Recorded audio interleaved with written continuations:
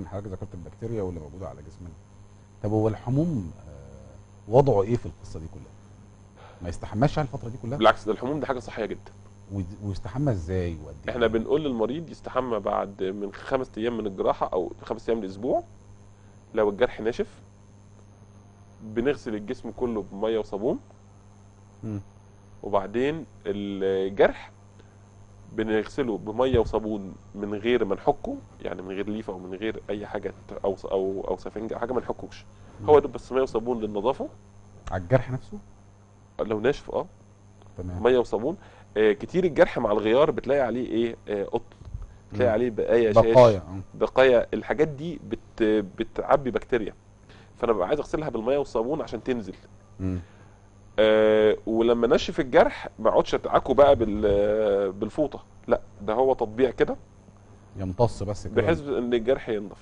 مم. طب لو الجرح فيه افرازات خفيفه، انضف كويس حواليه واجي عليه بس بشاشه بتادين وامسحه.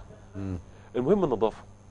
نقطه مهمه عند السيدات، ان في سيدات صدرهم بيبقى بيجمع افرازات. مم. لازم دايما منطقه تحت الثدي دي تبقى نظيفه جدا، لانها قريبه لانها والسكه سالكه. بتؤدي كتير جدا لالتهاب الجزء الاسفل من الجروح. دكتور احمد، احنا طبعا عندنا اسئله كتير فيما يخص الموضوع ده، لان المريض بيبقى عنده كم وهاله من الاسئله، ده غير بقى الحاجات اللي هو بيتخيل انها حصلت له فان هو هيبدا ده طبعا موضوع يطول شرحه، فاحنا للاسف وقت حلقتنا خلص، فان شاء الله على وعد ان احنا نستكمل بقى المعتقدات الخاطئه اللي المريض بيتخيلها عن نفسه ان هو بقى سوبرمان بعد العمليه وعمل عمره، فبيعمل حاجات كده ما نعرفش بيجيبها منين. ان شاء الله دي نستكملها في حلقه ثانيه باذن الله. ان شاء الله. سعدنا بلقائك دكتورنا العزيز. انا اسعد. احنا في نهايه حلقتنا بنشكر الدكتور احمد الوكيل، مدرس جراحه القلب والصدر بطب القصر العيني.